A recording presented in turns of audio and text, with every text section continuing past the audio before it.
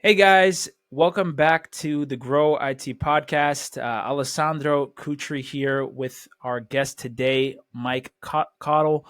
We'll be diving into his story, some engaging insights into the IT and tech space. So make sure to stick around. But without further ado, I'll just go ahead and pass it on over to you, Mike, if you don't mind. Introducing yourself to the audience and just telling a quick snippet of your story and kind of how you got here today. Sure, yeah. Thanks. Pleasure to be here. Um, I currently am the SVP of the Enterprise and Auto go-to-market team at INRIX.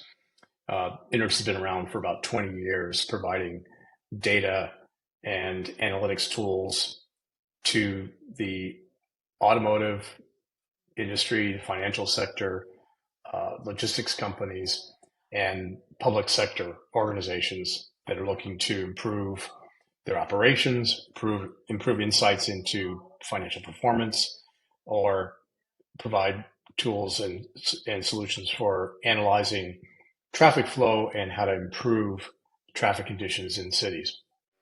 Nice. Yeah, I think it's, quite an interesting thing that you guys got going over there on INRIX, right? And before we dive into that, I definitely wanted to just maybe pick your brain a little bit into kind of how you got, into the tech sector. What was it about, the technology piece that really stood out to you and kind of decided you to, pursue a career in?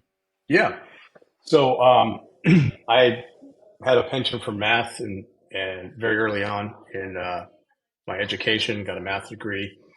And in college, I needed to find a way to make some money Yeah. and landed up, almost accidentally kind of getting involved in computer technology as a computer operator, they called it back then.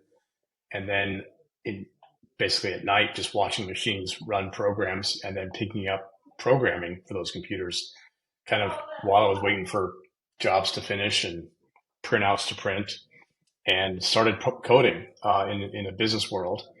And that led me to uh, basically join an early stage uh, company as a pre-sales technical resource. I was noticing that the guys that were having fun and getting paid the most, uh, with the salespeople, and I was doing all the work. So I figured, why not go to that side and leverage that technical experience? So for the past, many years, I have been on the sales side, made that transition, and have never looked back. I really enjoy being with customers, solving their problems, understanding how to apply the technology we have to their needs. And I really find that And I'm very sure that fulfilling. served you well. Like having that experience with even the technology and even going into the sales side thing, you become almost like uh, you know, a unicorn in a sense, right? Because typically salespeople don't really have that much technical expertise, right? So that's usually have to pair them up with somebody. Well, exactly. And, when I've been alone out there and, 12 hours remotely, I was handling Asia for a while for a company. You don't have the luxury of dragging someone along with you. You have to answer those questions on the spot.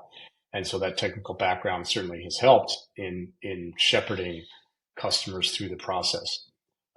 So yeah, it's been a nice balance, but I have enjoyed being, with customers and having that experience, and obviously the benefits that come with it from being a salesperson, getting that reward of closing a deal, and the financial benefits that come from that. So yeah, I've really enjoyed my career thus far and enjoying it at INRIX as well, leading a great group of people.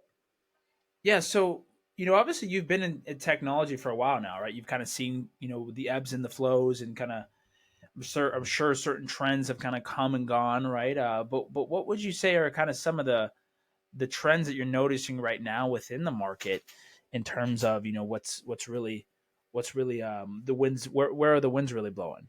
Yeah, well, no one can answer that question without mentioning the two letters AI right Oh now. yeah. Um, people are calling it, the fourth industrial revolution and transformative.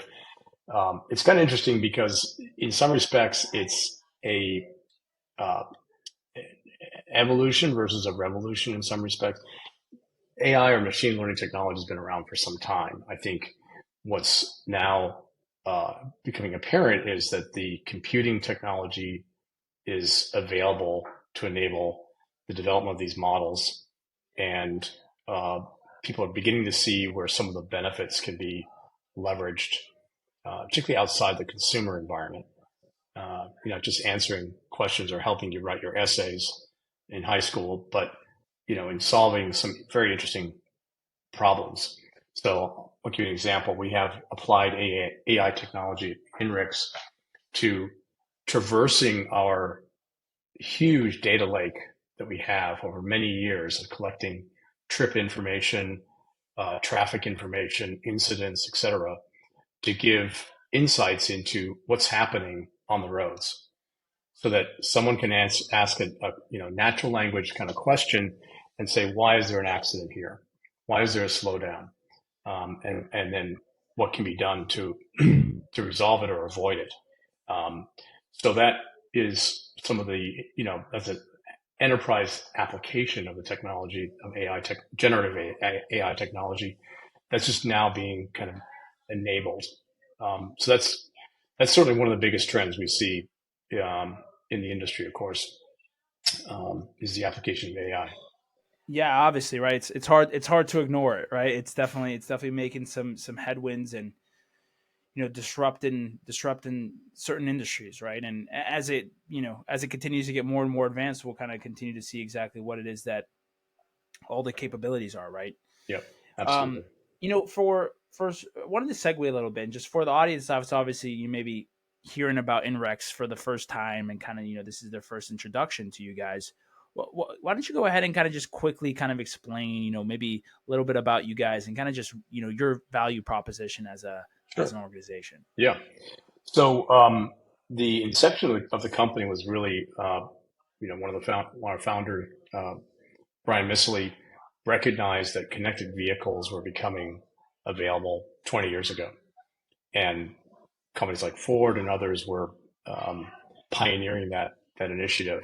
And then they realized that you could start to deliver information to the vehicle, particularly about traffic was one of the sort of best use cases, but other information that could make navigation, it could make driving safer. And so they realized that this was a trend that was going to continue, and that's really the inception of the company. And then since then, we've been um, collecting and infusing data from uh, hundreds of millions of connected devices, cars, mobile devices, etc., to then not just provide traffic information, but also now um, analytics tools and analytics data that can be applied across all these different use cases and industries, everything from public sector, making signals timing better in cities, all the way through hedge funds looking at how to forecast the performance of stocks based on the frequency of visits to those public stock locations. So the ability to kind of turn that into meaningful and useful information is now what we're about. Huh. Very interesting. Yeah, it's a very interesting concept that you guys have going on over there. I'm curious, where do you see it? Like, do you guys like? How would you really describe, your value to a potential client? Like, what is it that you would really say, like, hey, like this is where we kind of stand out and makes us, different from maybe some of our competitors? Sure, yeah. So part of it is we have, deep expertise in collecting all this data for many years. So that process of ingesting and that data, applying it to a map, doing that at scale is something that's unique. There are other companies that are doing that. But the second layer of uniqueness is the data science that we understand and apply to that data that really draws out the intelligence and the insights from that data. And that's something we've been doing now for almost a decade, which other companies are just maybe starting to do. And then the third component is now the introduction of generative AI to help make those insights more contextual, more relatable in the sense that they're produced and the results are in sort of a natural language output rather than a set of spreadsheet data or something. Um, and so that's really how we differentiate. It's those three layers. It's the ingestion and management of that data. It's the data science that we apply, and then it's the ability to access it through an AI or generative AI interface. Nice. Yeah, and I think that definitely. Do you guys? Is there a lot of competition within the space? Because it definitely seems like what you guys have, you've packaged it in a very unique way, right? In terms of how you guys are taking that to market. So Yeah, there are clearly competitors in in all the segments that we work in. I think, though, again, it's the trust that our customers have in us after 20 years of being in business yeah, that is something that resonates very much so in all the segments that we work with. And I think that's we have a great reputation of delivering value to customers, and you build that over time, and it's one of those sort of stalwarts as well. It's not just a technology differentiation; it's about serving customers well, um, listening to their needs, delivering on those needs, um, and doing that consistently. yeah, yeah. And I'm curious to get your take on this because I know you obviously are a sales leader within the organization, and I always love to kind of ask different sales leaders and different leaders within a company. What type of mindset do you really feel like is needed to be a successful sales leader within an organization? Yeah, I think one is empathy. um, you have to recognize that there are challenges in every process, every sales motion, in every industry. I think the second is making people, making the team aware of what their goals are, and it's not just about a number. It's about, okay, how do we achieve that? Um, Building on a plan to say, okay, we know what the number is. That's been often given rather than created. And how do we build together a team, a plan, essentially as a team, to go after that number and achieve it based on the resources we have, the tools we have, et cetera. We're dealing with a highly sophisticated customer base. They're not, what should I say, um, comfortable with a high pressure kind of sales uh, Yeah, personality. And so we have to build a great deal of sort of empathy and understanding of what they're trying to achieve. And that's another thing we try to also instill in our folks is that technical appreciation or understanding of what they're trying to solve. And when I think when they start to recognize you as that partner rather than someone who's just trying to sell them something, then that that sale becomes a lot stickier and a lot more achievable because they realize you're in it together. yeah. And I mean that goes across the board, right? And I think it's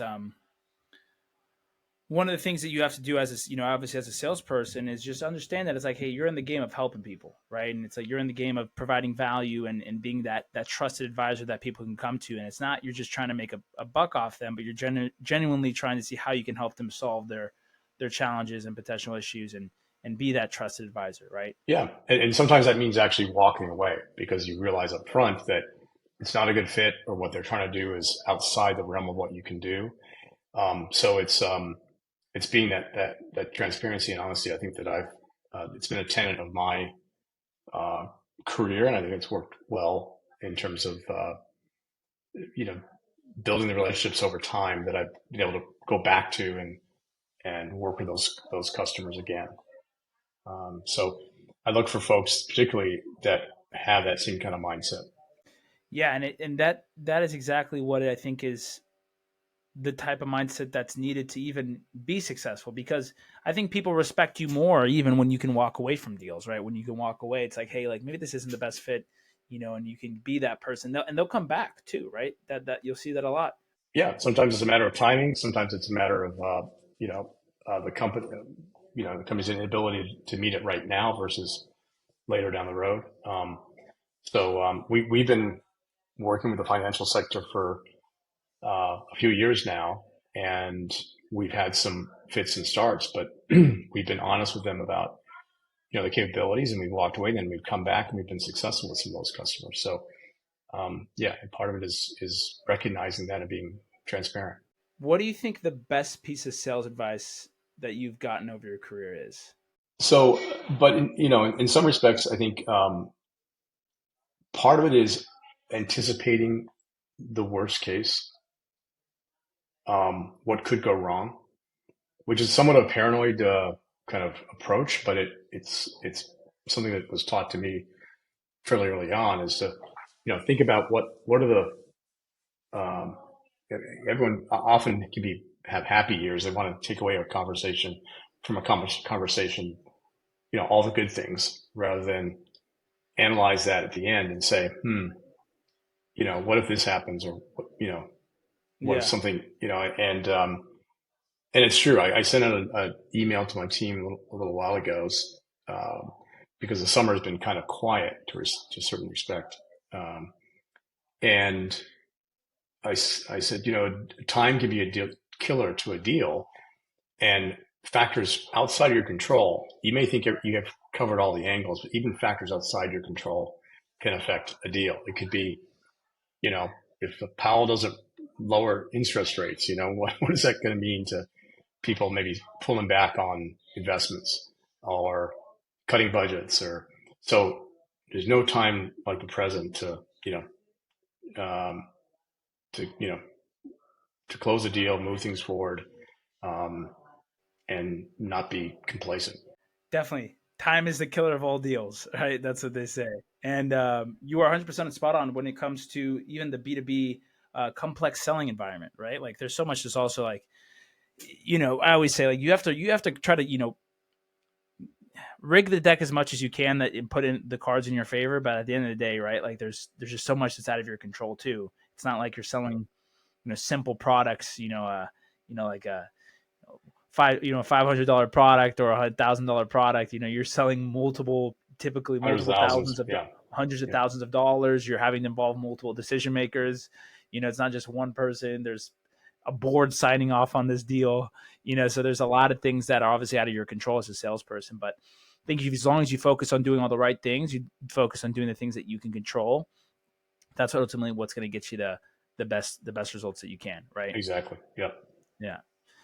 Well, it's been, a pleasure getting the chance to talk to you, Michael, and kind of hear a little bit more, about your story and really how you got into the space and, what you guys are doing over at INRIX. It definitely sounds like something interesting. And I'll tell you from the Grow IT side of things, we're definitely rooting for you guys and hoping for the best.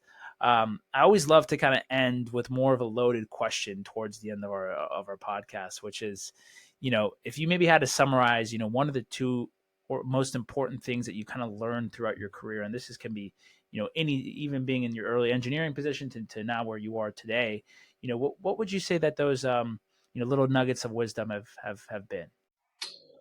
Um, yeah. I mean, obviously, there's many things I've learned over that time. Um, I think that the most important thing I'd say is, again, this issue of, um, you cannot wait for nothing, um, Yeah. and constantly be moving things forward, um, and that's, I think, the most important thing, because you never know what can happen in a deal. Um, and if you're not getting up every day thinking, okay, how do I move something forward without being obstinate or, a pain, with the customer, uh, how do I make things happen, is the best advice I've gotten, I think. Yeah. Yeah. I think that is the perfect note to end things on, Mike.